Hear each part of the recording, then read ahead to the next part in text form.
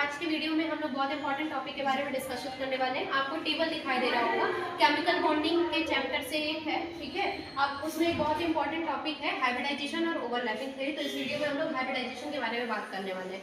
सबसे पहले बताते हैं हाइब्रिडाइजेशन होता क्या है। तो आपको पता होगा, जब कभी भी आपके एटॉमिक ऑर्बिटल जो कि 4 होते हैं sp-df, जब वो कंबाइन करते हैं आपस में, तो एटॉमिक ऑर्बिटल की एनर्जी जो होती है, उनका शेप होता है वो अलग अलग होता है। लेकिन जब वो कंबाइन करते हैं तो जो नए ऑर्बिटल बनते हैं उनको बोलते हैं हम लोग हाइब्रिड ऑर्बिटल। और हाइब्रिड ऑर्बिटल की एनर्जी और शेप जो है वो सिमिलर होता है। इस प्रोसेस को हम लोग बोलते हैं हाइब्रिडाइजेशन।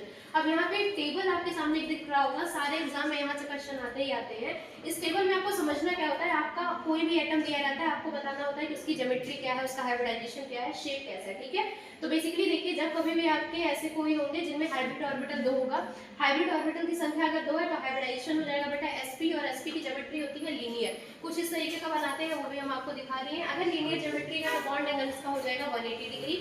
अगला बात करें, अगर हाइब्रिड ऑर्बिटल 3 है तो हाइब्रिडाइजेशन हो जाएगा sp2, और sp2 को हम बोलते हैं ट्राइगोनल प्लेनर। ट्राइगोनल प्लेनर में बेटा आपको दिख रहा होगा यहाँ पे, ट्राइगोनल प्लेनर जो है इसका बॉन्ड एंगल होता है 180 डिग्री, सॉरी 120। चौथा हाइब्रिड ऑर्बिटल, अगर कभी आपके 4 हाइब्रिड ऑर्बिटल कंबाइन करेंगे तो उसमें से एक s का होगा और 3 p के होंगे, ठीक है।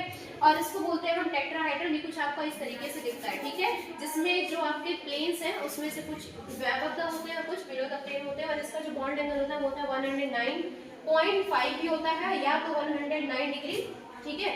ये 28 मिनट होता है, 109 डिग्री 28 मिनट, या तो इसको 109.5 भी बोलते हैं। पांचवें की बात करें तो ये है आपका, अगर 5 हाइब्रिड ऑर्बिटल कंबाइन करते हैं तो जो हाइब्रिडाइजेशन निकल के आएगा वो होगा sp3d, यानी कि s का एक ऑर्बिटल, p की 3 ऑर्बिटल और d का एक ऑर्बिटल।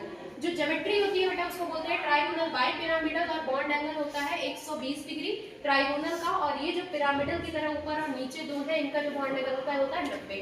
लास्ट की बात करें, छठवां जो है, इसमें अगर 6 हाइब्रिड ऑर्बिटल आपके कंबाइन करते हैं तो हाइब्रिडाइजेशन निकल के आता है sp3d2।